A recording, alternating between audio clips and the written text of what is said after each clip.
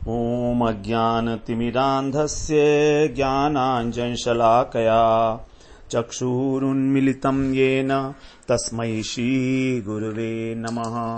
वन्देऽहं श्रीगुरो श्रीयुत्पदकमलं श्रीगुरून् वैष्णवांश्च श्रीरूपं साग्रजातं सहगण रघुनाथान्वितं तं सजीवम् साद्वैतं सावधूतं परिजन सहितं कृष्ण चैतन्य देवं श्री राधा कृष्ण पादान् सहगण ललिता श्री विशाखान्वितांश तमादिदेवं करुणानिधानं तमालवर्णं सुहितावतारम् अपार संसार समुद्र से तुम भजामहे भागवत स्वरूपम। हे देव हे दैत हे भुवनैक बंधो हे कृष्ण हे चपल हे करुणैक सिंधो हे नाथ हे रमण हे नयनाभिराम हा हा कदानुभवितासि पदं दृशोर्मे। श्री कृष्ण चैतन्य प्रभो नित्यानंद श्री अद्वैत गदाधर शिवसदि गौरभक्त वृंद। हरे कृष्णा कृष्णा कृष्णा हरे हरे हरे राम राम राम हरे हरे। हरे कृष्णा। सर्वप्रथम मैं अपने गुरुपाद पद ओम विष्णुपाद अष्टोत्तर शत श्री श्रीमद् भक्ति वेदांत माधव गोस्वामी महाराज के चरण कमलों में अनंत कोटि दंडवत प्रणाम ज्ञापन करता हूं। हम लोग श्रीमद् भागवत पुराण के दशम स्कंध का श्रवण कर रहे हैं। उसमें हमारा 13वां अध्याय ब्रह्म विमोहन लीला, किस प्रकार भगवान की शक्ति से जो है ब्रह्मा जी भी जो है मोहित हो जाते हैं। जब उन्होंने गोप बालकों को और बछड़ों को चुरा लिया था तो भगवान अचिंत्य शक्ति संपन्न हैं। भगवान की शक्ति के विषय में, भगवान की लीला के विषय में कोई समझ ही नहीं सकता है। भगवान ने असंख्य गोप बालकों का और बछड़ों का रूप धारण किया और सिर जितनी भी ब्रज की गायें थी और ब्रज की जो मात्र स्नेहवती गोपियां थी उन सबकी मनोकामना पूर्ण की। इस प्रकार स्वयं भी वात्सल्य रस का आस्वादन किया और उनको भी उनके पुत्र के रूप में, बछड़े के रूप में भगवान ने उनको भी आस्वादन कराया। इस प्रकार जो ये गुप्त लीला भगवान की चल रही थी, इसके रहस्य को कोई नहीं जान पाया ब्रज में।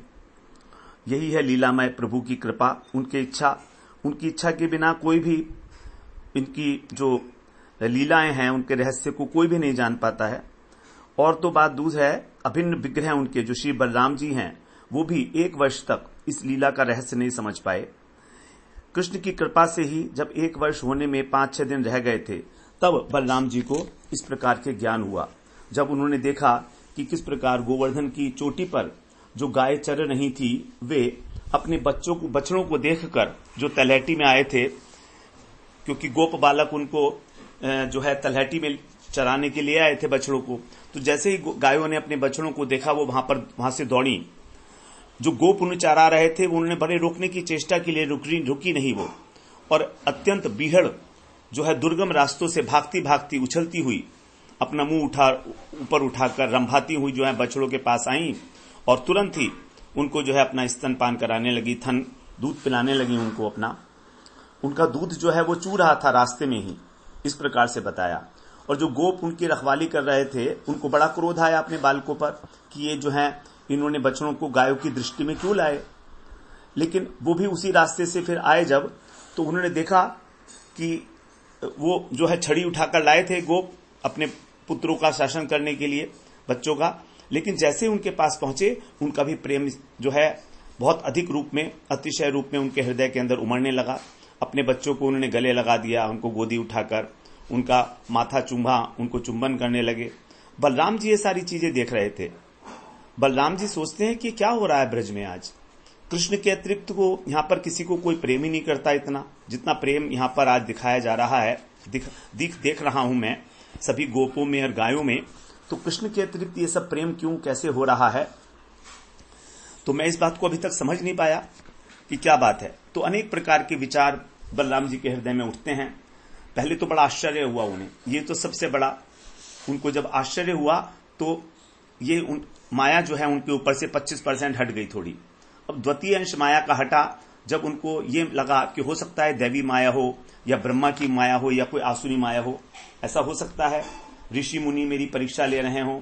लेकिन वो समझ में आ गया नहीं, वो भी नहीं कर सकते, क्योंकि बलदेव प्रभु स्वयं भगवत तत्व हैं। उनको जो है ऋषि मुनि देवता इत्यादि किसी प्रकार भी उनको जो है मोहित नहीं कर सकते। और फिर उनको समझ में आता है कि ठीक है, ये जरूर हो ना हो कृष्ण की ही माया है, मेरे प्रभु की माया है, वही मुझे मोहित कर सकती है, क्योंकि मेरी स्वामी भी हैं। तो इस प्रकार माया जो है धीरे धीरे बलदेव जी के हृदय से हट रही है। इसका कारण है कि वो अपने भक्ताभिमान के अंदर आश्चर्य में डुबोने के लिए, क्योंकि उनके अंदर भक्त अभिमान है। जब वो कृष्ण के सम्मुख होते हैं तो बलदेव जी का दास अभिमान होता है, और जब जगत के लोगों के सम्मुख होते हैं तो उनका भगवत अभिमान होता है। इस प्रकार से तो विचार कर रहे हैं कि ये मेरे स्वामी की ही माया है। इस प्रकार उन्होंने जब ज्ञान चक्षुओं से देखने की चेष्टा की तो समझ गए कि ये मेरे प्रभु ही माया का विस्तार किए हैं। उन्होंने देखा कि सारे के सारे बालक, सारे के सारे जितने भी बछड़े हैं वो सब कृष्ण ही हैं। भगवान शब्द का यहां पर बताते हैं, जो है अर्थ बताते हैं, भाव फॉर भरता, अर्थात जो हमारे भरता हैं, जो हमारे स्थापक हैं, हमारे को जो पालन पोषण करते हैं। गौ माने गमीयता, जो हमारे को अपने धाम की प्राप्ति कराते हैं। वौ माने वास, अर्थात जो प्रत्येक जीव के अंदर निवास करते हैं। और नौ माने नेता, नयति, अर्थात जो हमको अपनी ओर ले जाते हैं, भक्ति की ओर ले जाते हैं। इस प्रकार से। और वैकुंठ क्या है? जो जड़ीय गुणों से ऊपर है, जहां कोई कुंठा नहीं है किसी प्रकार की, ऐसे। तो इस प्रकार से जब कृष्ण जो है, कृष्ण से कह रहे हैं बलदेव जी कि ये सब क्या है, जब कृष्ण से उन्होंने पूछा इस प्रकार से, तो फिर कृष्ण ने उनको सारी बात बता दी।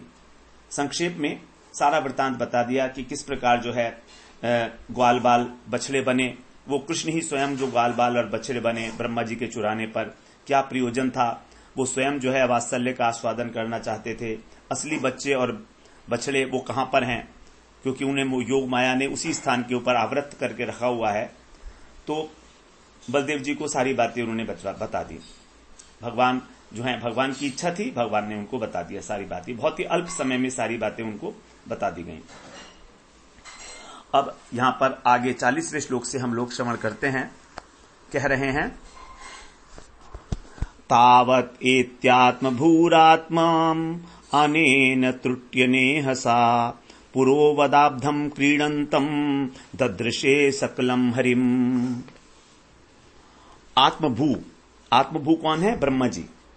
ब्रह्मा जी के लिए कहा गया है कि यहां पर पहले है तावत, तावत का मतलब तब तक आत्ममानने, अपने मान के अनुसार, अपने जो काल का एक वो होता है, मान होता है, क्योंकि प्रत्येक व्यक्ति के लिए काल जो है अलग अलग प्रकार से है। हमारा जो है दिन, ब्रह्मा जी के दिन अलग अलग है। तो अपने काल के अनुसार जब ब्रह्मा जी ने आत्मभू इहसा, उस चेष्टा के बाद, जो उन्होंने चेष्टा की थी, दोनों को चुरा लिया था, उसके बाद त्रुटिना, एक त्रुटि के बाद ब्रह्मा जी ने वो एत्य माने आकर, पुरोवत, पहले के समान ही, सकलम हरिम, सबको श्री कृष्ण के साथ अब्दम, 1 वर्ष से, क्रीडंतम ददृशे, क्रीड़ा करते हुए देखा। तो ब्रह्मा जी का केवल एक त्रुटि मात्र समय लगा था, अर्थात जितनी देर में एक तीक्ष्ण सुई से कमल पत्र में छेद हो जाता है। तब जब ब्रह्मा जी पुनः ब्रज में आए तो देखा कि मानवीय वर्ष जो के अनुसार 1 वर्ष प्रतीत हो गया है, और अभी तक जो है कृष्ण ग्वाल बालों के साथ, बच्चों के साथ 1 वर्ष की भांति ही उसी प्रकार से क्रीड़ा कर रहे हैं। तो यहां पर अब ब्रह्मा जी का मोहित होना दिखा रहे हैं कि किस प्रकार ब्रह्मा जी भी मोहित हो गए हैं। तो ब्रह्मा जी को तो केवल लगा एक त्रुटि मात्र समय। ब्रह्मा जी को कहा गया आत्मभू, क्योंकि वो आत्मा अथा श्री हरि से उत्पन्न हुए हैं, इसलिए। तो जब उन्होंने देखा यमुना पुलिन पर, तो कृष्ण तो जो है सबके साथ वैसे ही क्रीड़ा कर रहे हैं ग्वाल बालों के साथ, बछड़ों के साथ। और जो है यहां पर बता रहे हैं कि उन्हें ब्रह्मलोक जाकर और आने में एक त्रुटि मात्र का ही समय लगा। ये अत्यंत सूक्ष्म जो है पार्ट है समय का, काल का जो अत्यंत सूक्ष्म अंश है उसका नाम है परमाणु। परमाणु, जब दो परमाणु आपस में मिलते हैं तो उसको बोलते हैं अणु। जब तीन अणु मिलते हैं तो उसको बोलते हैं त्रिसरणु। ये त्रिसरणु वही होता है जिसको हम जो है सूर्य का प्रकाश जब रोशनदान से आता है तो उसमें देखते हैं छोटे छोटे कण जो दिखाई देते हैं, वो त्रिसरणु हैं। तो उस त्रिसरणु को पार करने में, उस त्रिसरणु का जो व्यास है, डायमीटर है, उतनी डिस्टेंस पार करने में सूर्य की रोशनी को जितना समय लगता है, सूर्य की रोशनी की लाइट की जो स्पीड है 1,86,000 माइल्स पर सेकेंड, उसके हिसाब से उसके डायमीटर जितना है त्रिसरणु का, उसको पार करने में जितना समय लगता है उसको बोलते हैं एक त्रुटि। यदि हम गणना करें तो ये आती है हमारी एक दिन में जो हमारे 24 घंटे होते हैं, उस 24 घंटे का कौन सा वह हिस्सा होता है बता रहे हैं, 18,22,50,000वें अंश की एक त्रुटि होती है। 18,22,50,000वां अंश 24 घंटे का, इतना समय बोलते हैं उसको त्रुटि। तो इस प्रकार से जैसे हम एक दिन के अंदर 86,400 व भाग को कहते हैं सेकंड, एक दिन के अंदर 86,400 सेकंड होते हैं, तो 86,400 व भाग होता है सेकंड। उसी प्रकार से 18,22,50,000वें अंश को हम बोलते हैं त्रुटि। तो हम सोच सकते हैं इस प्रकार से एक सेकंड को यदि हम डिवाइड करते हैं 21,900 से, तब उस भाग को त्रुटि कहा जाएगा। एक सेकंड का भी 21,900वां भाग। तो यहां पर जो है बता रहे हैं कि ब्रह्मा जी अत्यंत शीघ्र वापस लौटकर आ गए। अब यहां पर जो है बताया गया है कि श्रीपाद वीर राघवाचार्य जो हैं, उन्होंने कृष्ण की ऐश्वर्य प्रकाश की विशेषता के विषय में एक टीका लिखी है, उसको हम लोग यहां श्रवण करते हैं। उन्होंने लिखा है, ब्रह्मापि स्वासनिस्थेन चतुरास्येन शौरिणा मोहितो द्वारपालश्च परिभूतो न्यवर्तत। अर्थात कृष्ण के जो सखा थे गोप बालक, वे और बच्चों को मुग्ध करके जब ब्रह्मा जी चोर की भांति ब्रह्मलोक में पहुंचे, तो वहां पर ब्रह्मलोक में सिंह द्वार के ऊपर जो उनका गेटवे है उस पर द्वारपाल खड़े हुए थे। उन्होंने वहां पर उनको प्रवेश करने से रोक लिया ब्रह्मा जी को, और बड़े विस्मय के साथ खुले हुए नेत्रों से उनको देखने लगे और पूछते हैं ब्रह्मा जी से, आप कौन हैं? अब ब्रह्मा जी ने जब ये सुना तो उन्हें बड़ा आश्चर्य हुआ। उन्होंने पूछा, अरे द्वारपालो, तुम लोग क्या कह रहे हो? तुम लोग मेरे सेवक हो और मुझे ही द्वार पर रोक रहे हो? एक अपरिचित की भांति मेरे ओर देखते हुए और मेरा परिचय पूछ रहे हो, इसका कारण क्या है? तो द्वारपालों ने बड़े गर्व के साथ कहा, हम आपके सेवक क्यों बनेंगे? हम तो ब्रह्मा जी के सेवक हैं और हमारे ब्रह्मा जी तो अंदर आसन पर बैठे हैं। सनक, सनंदन, सनातन, सनत कुमार, इन सबके साथ वहां पर कृष्ण की कथा की चर्चा कर रहे हैं अंदर बैठे हुए। सभी वेदों के अधिष्ठात्री देवता भी उनके साथ बैठे हुए हैं। आप कौन हैं जो उनका रूप धारण करके यहां पर जो है हमको ठगने की चेष्टा कर रहे हो, अंदर जाने का प्रयास कर रहे हो? अब जब द्वारपालों ने की ये बात सुनी तो जो ब्रह्मा जी थे वो बड़े विस्मित हो गए। समझ में नहीं आया कि क्या हो गया, किम कर्तव्य विमूढ़ हो गए। अपने ही घर पहुंचने में अपने ही द्वारपाल उनको रोक रहे हैं। तो उन्होंने द्वारपालों से कहा, अच्छा ठीक है, तुम लोग मुझे अपने ब्रह्मा के पास ले चलो। तब द्वारपाल उनकी बात से सहमत हो गए, हाँ ठीक है, हम तुमको साथ लेकर चलते हैं। और उनको जो सभा थी ब्रह्मा जी की, उसमें एक किनारे पर जाकर उनको दिखाया कि सिंहासन पर देखिए कौन आसीन है, कौन बैठे हुए हैं। तो ब्रह्मा जी ने देखा कि उनके आसन को प्रकाशमय करते हुए स्वयं वहां पर जो रक्तवर्ण चतुर्मुख ब्रह्मा है वो विराजमान है, कमंडल उनके हाथ में है, और उनकी जो कांति है वो सूर्यों को भी करोड़ों सूर्यों को भी जो पराभूत करने वाली है, सारी दशाएं जो है जगमग कर रही हैं, सारे ओर उनके वेद ध्वनि हो रही है, आसपास नारद आदि सारे जो पार्षद हैं वो बैठे हुए हैं। अब ब्रह्मा जी ने अपने आसन पर बैठे हुए ये नए ब्रह्मा हैं, डुप्लीकेट ब्रह्मा, इनको देखकर बड़ा आश्चर्य हुआ, ये क्या। उसके बाद थोड़ी देर बाद जब आसन पे स्थित ब्रह्मा जी थे, नकली ब्रह्मा, उन्होंने मधुर ध्वनि में द्वारपालों को बुलाया और कहने लगे, हे द्वारोपालो, तुम लोग द्वार छोड़कर यहां क्यों चले आए हो, अंदर क्या कर रहे हो, और तुम्हारे साथ ये चतुर्मुख कौन है। तो द्वारपाल जो है हाथ जोड़कर उनसे बोलने लगे, हे पितामह, ये अपने को ब्रह्मा बता रहे हैं और आपकी पुरी में ये प्रवेश कर रहे थे, हमने इनको प्रवेश नहीं करने दिया, लेकिन अंत में जब आपके दर्शनों के लिए इन्होंने प्रार्थना की तो हम इनको ले आए। जब ये सुना जो ब्रह्मा जी आसन पर विराजमान थे उन्होंने, तब उन्होंने कहा कि देखो ऐसा है कि मेरे अतिरिक्त किसी को भी इस आसन पर बैठने का अधिकार नहीं है, इसलिए इनको ब्रह्मलोक से बाहर निकाल दिया जाए। ऐसा आदेश पाकर जो द्वारपाल थे उन्होंने ब्रह्मा जी को ब्रह्मलोक से बाहर निकाल दिया।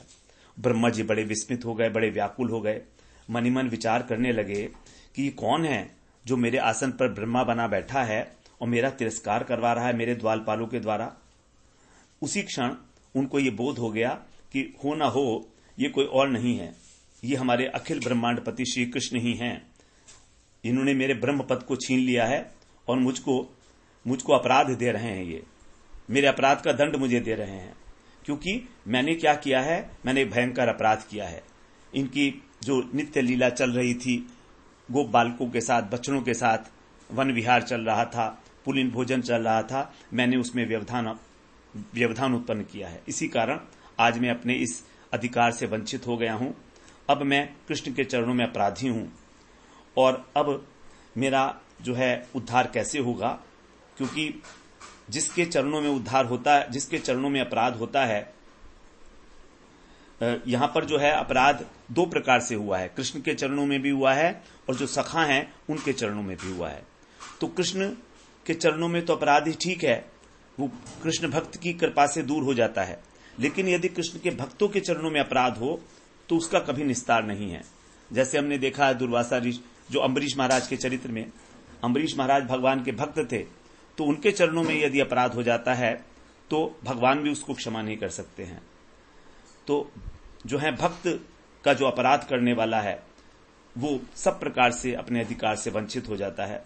और जिनकी कृपा से मुझे ये ब्रह्मा का अधिकार मिला था, उनके भक्तों के चरणों में मैंने बहुत बड़ा अपराध कर दिया है, मैं बड़ी विपत्ति में फंस गया हूं। ठीक है, कोई बात नहीं है, अब मुझे ब्रह्मा का आसन नहीं चाहिए, लेकिन मैं कहीं कृष्ण के चरणों की स्मृति से वंचित ना हो जाऊं, इसीलिए वो तुरंत ही ब्रह्मलोक से वृंदावन में आकर उपस्थित हो जाते हैं। इस प्रकार की जो लीला है वो यमुनाचार्य जी ने बताई है, वीर राघवाचार्य जी ने बताई है अपनी टीका में। यद्यपि श्रीधर स्वामी पाद इत्यादि ने इस लीला का वर्णन नहीं किया, लेकिन इस प्रकार से प्रसंगवश हम लोगों ने लीला श्रवण की। अब आगे कह रहे हैं 41वें श्लोक में, यावन्तो गोकुले बाला सवत्सा सर्व एव हि मायाशये शयाना में नाद्यापि पुनरुत्थिताः।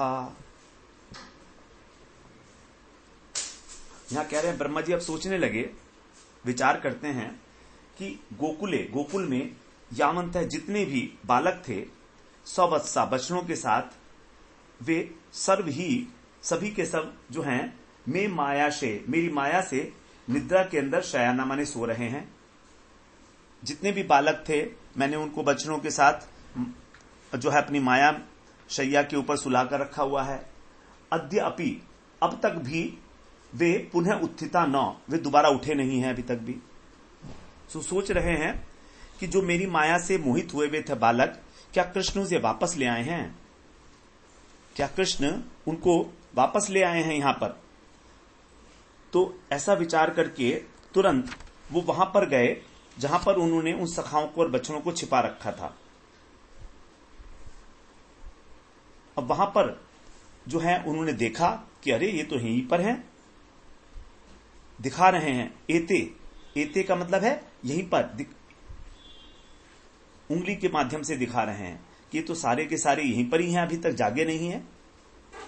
अद्य अपि पुनः न उत्थिता, तो बछड़े जो जितने मैंने चुराए थे, गोप बालक और बछड़े, वो तो सारे के सारे यहां पर सोए पड़े हैं, अभी तक उठे नहीं हैं। फिर वे कौन थे जिनको मैं अभी देखा वहां पर? तो इस प्रकार ब्रह्मा जी की कुछ समझ में नहीं आ रहा है कि ये क्या हो गया। ये तो बड़ा आश्चर्य है। हो सकता था कृष्ण जो है इनको यहां से उठाकर और ले गए हों वहां पर, क्योंकि कृष्ण तो जो है सर्वांतर्यामी है। लेकिन ऐसा तो था नहीं। जहां पर उनकी छुपा रखा था वो वहां पर ही अचेतन पड़े हुए थे सबके सब। जब ब्रह्मा जी ने वहां पर दृष्टि डाली तो तब ब्रह्मा जी जो है और अधिक विस्मित हो गए और चमत्कृत हो गए। अभी तक ये वैसे सो रहे हैं, तो क्या मेरे ब्रह्मलोक को जाने के पश्चात गोकुल कृष्ण जो है गोकुल में जाकर अन्य गोप बालकों को या गोवत्सों को ले आए? ऐसा भी हो सकता है, क्योंकि ये तो अभी तक सो रहे हैं। तो वहां पर कौन है जो खेल रहे हैं? मैंने देखा था अभी। तो क्या दूसरे गोप बालक और दूसरे गोवत्स ले आए? इस प्रकार से सोच विचार रहे हैं। अब सोचते सोचते ही फिर दोबारा से यमुना पुलीन पर आते हैं। अब यमुना पुलीन पर आकर फिर देखते हैं, इत एतेत्र कुत्रित्या मन्माया मोहिते तरे तावंत एव तत्राब्दम क्रीडंतो विष्णुना समम।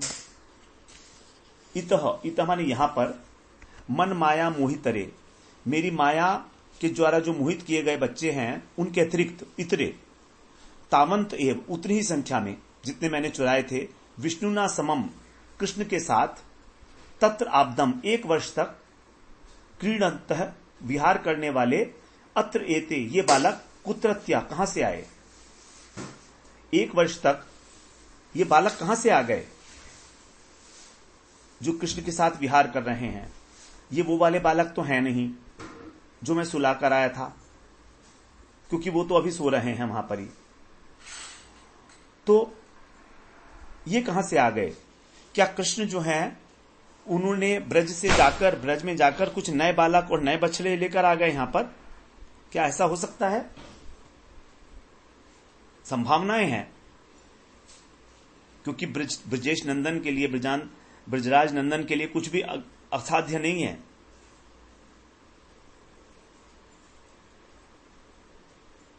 तो अब सोचते हैं कि कृष्ण जो हैं वो दोनों स्थानों पर, यहां पर और ब्रज में, यमुना पुलीन पर और ब्रज में, इन दोनों को एक साथ में देखूंगा, तब ये मेरा रहस्य समझ में आएगा। यमुना पुलीन जो ये वाले बच्चे हैं और जो मैं सुला के आया हूं, वो 2 सेट हो गए ना। अब एक तो जो है नंबर 1 सेट तो वो है जो माया से आच्छन्न है, उसकी तो बात छोड़िए। दूसरा सेट है जो ब्रह्मा जी ने चुराया, तो वो जो चुराया था सेट, वो ब्रह्मा जी ने जहां छुपाया था वो वहां पर है। और एक तीसरा सेट है जो यहां पर यमुना में अब खेल रहा है। तो ये जो दूसरे और तीसरे सेट हैं बच्चों के और बछड़ों के, ये दोनों को मैं अब एक साथ देखता हूं, तब मेरी समझ में आएगा कि क्या ये वही हैं या दूसरे हैं।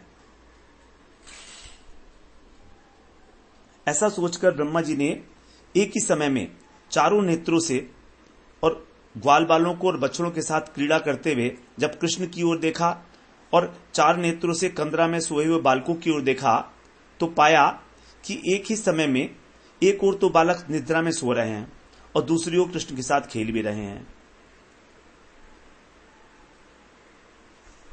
तो दोनों सेट्स को एक साथ देखा, सोए भी पड़े हैं और खेल भी रहे हैं। अब तो उनके आश्चर्य की सीमा नहीं रही। अब वो समझ ही नहीं पा रहे क्या हो रहा है मेरे साथ। अब उन्होंने ध्यान लगाया और समाधि में ये देखने के लिए कि कौन सा सत्य है और कौन सा असत्य है, लेकिन इसका अनुसंधान नहीं पा सके ब्रह्मा जी। तो एक बार हम समझ लें दोबारा से, बच्चों के और बछड़ों के 3 सेट हैं। एक सेट है जो ओरिजिनल है, जो चिन्मय है, वो तो भगवान ने आच्छादित कर रखा है, ब्रह्मा जी की नगरों से छुपा रखा है, वो वहीं का वहीं है जहां वो था। अब दूसरा सेट है जो महामाया ने बनाया उसी जगह पर जहां पर वो अवस्थित हैं, उनको ब्रह्मा जी चुराकर किसी ले गए और कहीं पर छुपा दिया उनको। अब तीसरा सेट है जो भगवान ही स्वयं बछड़े और बालक बने हुए हैं। तो जो तीसरा सेट है ये यमुना पुलिन पर विहार कर रहा है। तो ब्रह्मा जी ने जब इस सेट को देखा और सोए हुए बच्चों को देखा एक साथ, तो सोचे कि ये तो बिल्कुल एक से हैं सारे के सारे, तो फिर ये क्या क्रीड़ा है भगवान की। तब अब वो ध्यान लगाते हैं, उसको 43वें श्लोक में कह रहे हैं, एवमेतेषु भेदेषु चिरं ध्यात्वा स आत्मभू सत्या के कतरे नेति ज्ञातुम नेष्टे कथंचन। एवं मन इस प्रकार, एतेषु भेदेषु जो प्रकृत हैं और जो कृष्ण की माया के द्वारा कल्पित बछड़े हैं, उनमें से कौन से सत्य हैं और कौन से नहीं हैं। दो प्रकार के सेट है ना, एक तो माया के द्वारा बनाए गए हैं और एक कृष्ण ने अपनी माया से बनाए हैं। एक तो ब्रह्मा जी के लिए बनाए गए त्रिगुणात्मक माया के द्वारा, वो तो प्राकृत हैं, और दूसरे हैं जो स्वयं कृष्ण बने हुए हैं। तो इन दोनों में से कौन सा सत्य है कौन सा असत्य है, इसको इति चिरम ध्यात्वा, बहुत समय तक विचार करने पर भी स आत्मभू वे ब्रह्मा जी कथंचन ज्ञातुम न इष्टे, उसको जानने में न इष्टे, समर्थ नहीं हुए। वो जान नहीं पाए कि कौन है, कौन सा असली है कौन सा नकली है। क्या कृष्ण ने ही इनकी सृष्टि कर दी है, अथवा कृष्ण ने जो असली वत्स बालक थे उनको कृष्ण ने किसी दूसरे ब्रह्मांड में भेज दिया, अथवा कृष्ण ने ही बछड़ों और बालकों को दो भागों में विभाजित कर दिया। तो सब में से क्या इनमें से क्या सत्य है। और जब मैं दोनों को देखता हूं, माया के द्वारा जो मोहित हैं बछड़े, तो कृष्ण क्या उन्हें वहां ले जाते हैं, और जब मैं इधर आता हूं तो उनको इधर ले आते हैं, क्योंकि कृष्ण तो कर सकते हैं ऐसा। जैसे ही मैंने उधर नजर घुमाई तो वहां दिख गए, और मैंने इधर नजर दिखाई तो यहां आ गए। इसीलिए मैं दोनों स्थानों के अंदर जो है एक साथ देखूंगा। अब ब्रह्मा जी समाधि के अंदर भी ये बात नहीं समझ पा रहे हैं कि कौन से सत्य हैं और कौन से असत्य हैं। इस प्रकार जो है ब्रह्मा जी अत्यंत मोहित अवस्था को प्राप्त हो गए हैं। तो महामाया, जिसकी महामाया से अनंत कोटि जो है ब्रह्मांड हैं, वो भी ब्रह्मा जी के आश्चर्य की कोई सीमा नहीं है। अब 44वें श्लोक में कह रहे हैं, एवं सम्मोहयन विष्णुम विमोहम विश्वमोहनम स्वयैव मायया जोपि स्वमेव विमोहितः। अज अपि, अज कौन है, ब्रह्मा जी। ब्रह्मा जी भी विमोहम विश्वमोहनम, मोह शून्य होकर भी विश्व को मोहित करने वाले भगवान की जो विष्णु सम्मोहनम, विष्णु के द्वारा जो है सम्मोहित किए गए, और करने को इच्छा की थी उन्होंने कि मैं भगवान को मोहित कर लूंगा, ऐसी चेष्टा करने पर भी स्वयं ही विष्णु की माया के द्वारा मोहित हो गए। तो ब्रह्मा जी की इच्छा थी कि मैं कृष्ण को मोहित कर लूंगा ये बछड़े चुराकर, अब स्वयं ही वो मोह समुद्र के भंवर में फंस गए। तो कृष्ण ब्रह्मा जी ने अपनी माया का, जो ब्रह्मा जी की माया अपनी माया है, उसके विस्तार करने की चेष्टा की थी, लेकिन वो भगवान की माया से मोहित हो गए। और इस प्रकार जो माया का प्रयोग करके ब्रह्मा जी जो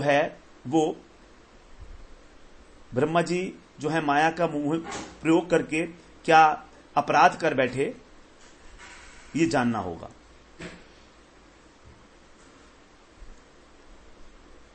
क्योंकि ब्रह्मा जी जो हैं इसमें कृष्ण की माया से ही मोहित हुए हैं।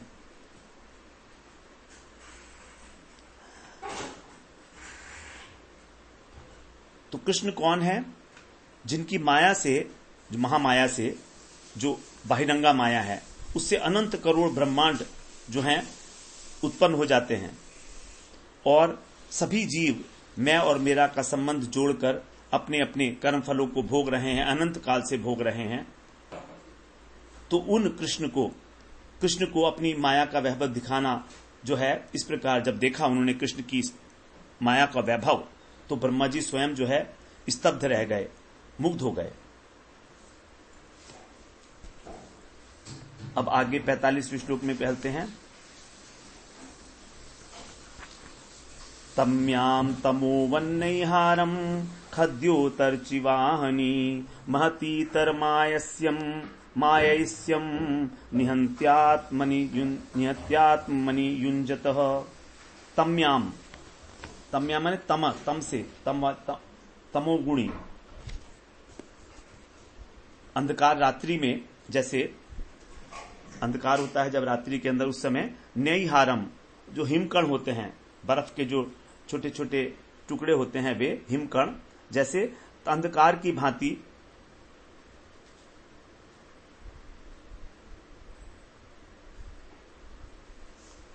45वां श्लोक है। यहां पर कह रहे हैं,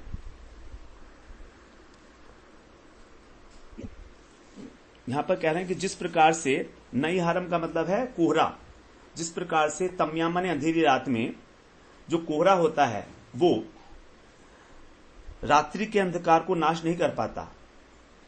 जो कोहरा होता है, मान लीजिए काली रात है और काली रात में अगर कोहरा है तो कोहरे का जो अंधकार है वो रात्रि के अंधकार को नष्ट नहीं कर सकता, बल्कि उसको घना करता है और उसमें विलीन हो जाता है। रात्रि के समय हमने अनुभव है हमारा कि जब कोहरा होता है तो और भी जो है और घना लगता है, और वही कोहरा जब दिन के समय होता है तो थोड़ा कम लगता है। तो कह रहे हैं जैसे रात्रि का कोहरा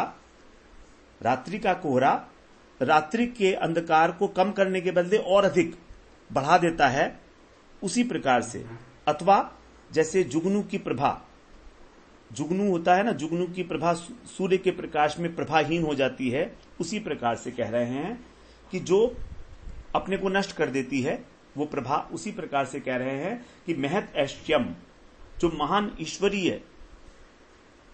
महान ऐश्वर्यशाली जो भगवान हैं, उनकी माया के ऊपर यदि हम इतरम किसी दूसरी निकृष्ट माया का प्रयोग करेंगे, युञ्जते माने प्रयोग करेंगे, तो वो क्या होगा कि जो निकृष्ट माया है वो उस महत माया का ही जो है ऐश्वर्य वर्धन करेगी और स्वयं को नष्ट कर देगी, तो उसके सामर्थ्य नष्ट हो जाएगा।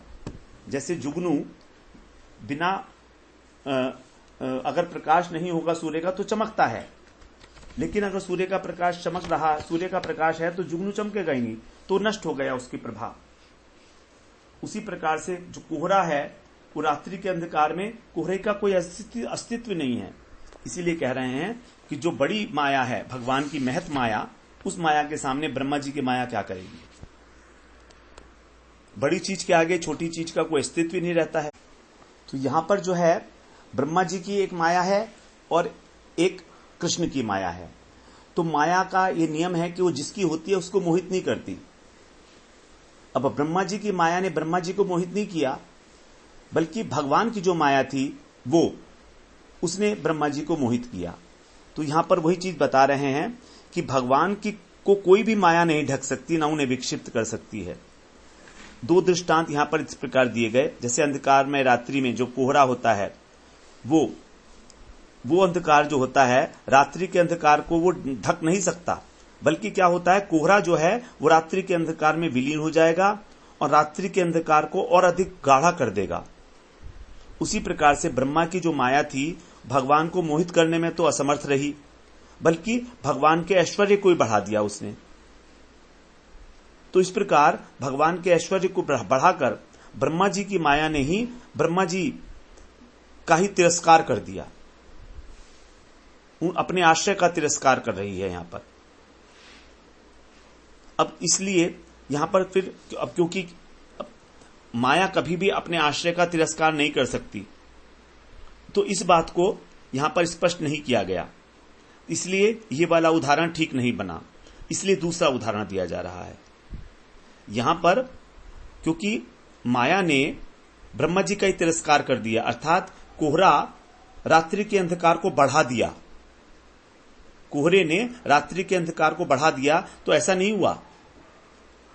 तो अपनी ही द्वारा जो है ब्रह्मा जी मोहित हो गए, ये बात तो ठीक नहीं है, इसलिए दूसरा उदाहरण दे रहे हैं। जैसे रात में चमकने के कारण जुगनू जो है वो यदि दिन में भी अपना प्रकाश दिखाने का प्रयत्न करे तो उसकी वो जो प्रभा है, जो चमक है, वो सूर्य की किरणों में विलीन हो जाएगी और उसके प्रभाहीन होने की बात जो है सभी जान जाएंगे। इसी प्रकार से जब ऐश्वर्यवान होने पर भी ब्रह्मा जी ने भगवान के प्रति अपनी माया को विस्तार करना चाहा, अपना ऐश्वर्य प्रकट करने की इच्छा की कि मैं इनके जो है बछड़े और बालक चुरा कर दिखाता हूं, इनको देखता हूं कि ये क्या कर रहे हैं, परीक्षा लेने के उद्देश्य से, तो स्वयं ही वो अपने तेज से भ्रष्ट हो गए।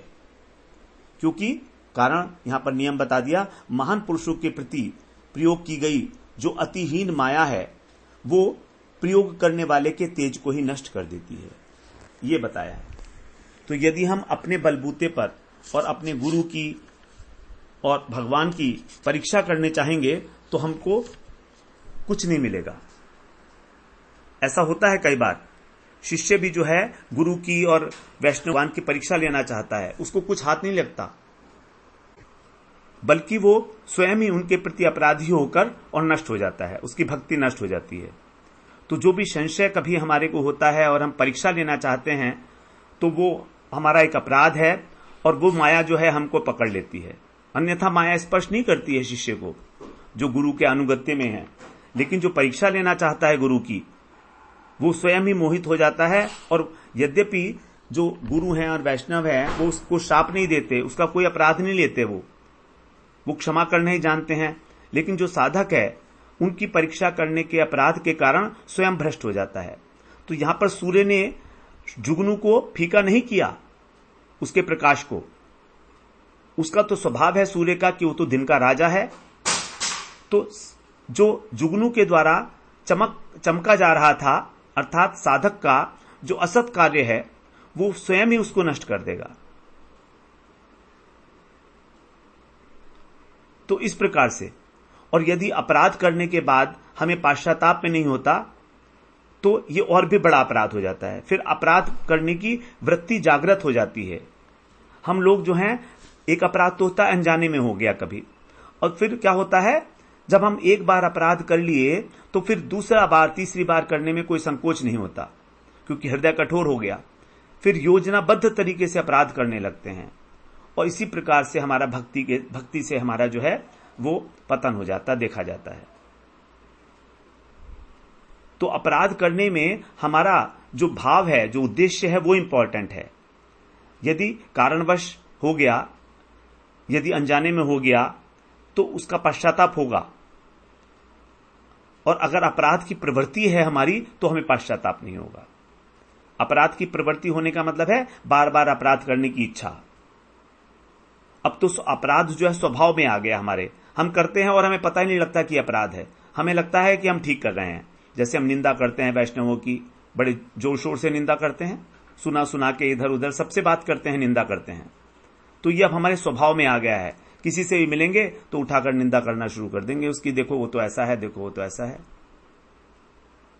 तो अब अपराध स्वभाव में आ गया और ये हमारा बहुत बड़ा दुश्मन है, बिल्कुल हमको भगवान की अनुभूति नहीं करने देगा। हम लाख हरिनाम करते रहें, लाख हरिनाम करते रहें, जब निंदा कर रहे हैं उसी वैष्णव की, उसी साधु की, जिसकी वजह से नाम प्रभु प्रकाशित हुए हैं, तो नाम उसको कैसे स्वीकार कर सकता है। बड़ी इंपॉर्टेंट बात है यहां पर ये समझने लायक कि ब्रह्मा जी अपने तेज से भ्रष्ट हो गए। जो राघवाचार्य जी ने जो टीका लिखी है कि ब्रह्मा जी वहां पर अपने ब्रह्मलोक में गए और आसन के ऊपर कृष्ण ही बैठे हुए थे, तब उन्होंने ऐसा महसूस किया कि वो अपने स्थान से भ्रष्ट हो गए हैं। देखिए, क्योंकि अपराध किए हैं ब्रह्मा जी, एक के बाद एक अपराध किए हैं। पहला अपराध किया, फिर दूसरा अपराध किया, कई अपराध हैं ब्रह्मा जी के, हम लोग इसकी चर्चा करेंगे।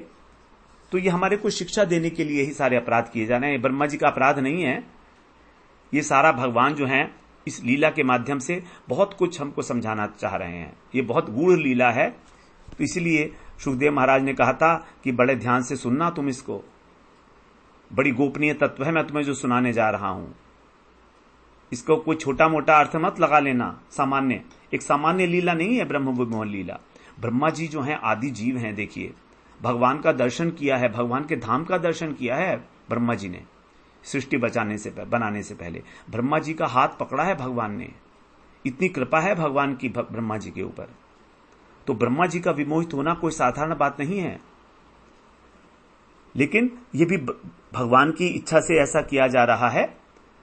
तो इस पे जो हमारी को शिक्षा देने के लिए, क्योंकि ब्रह्मा जी को ही भगवान जो है शिक्षा देने के लिए माध्यम बना रहे हैं इस लीला के द्वारा। तो हम लोग फिर इसके आगे चर्चा अगले सत्र में करते हैं 46वें श्लोक से। वांछा कल्पतरुभ्यश्च कृपा सिंधुभ्येव च पतितानां पावनेभ्यो वैष्णवेभ्यो नमो नमः।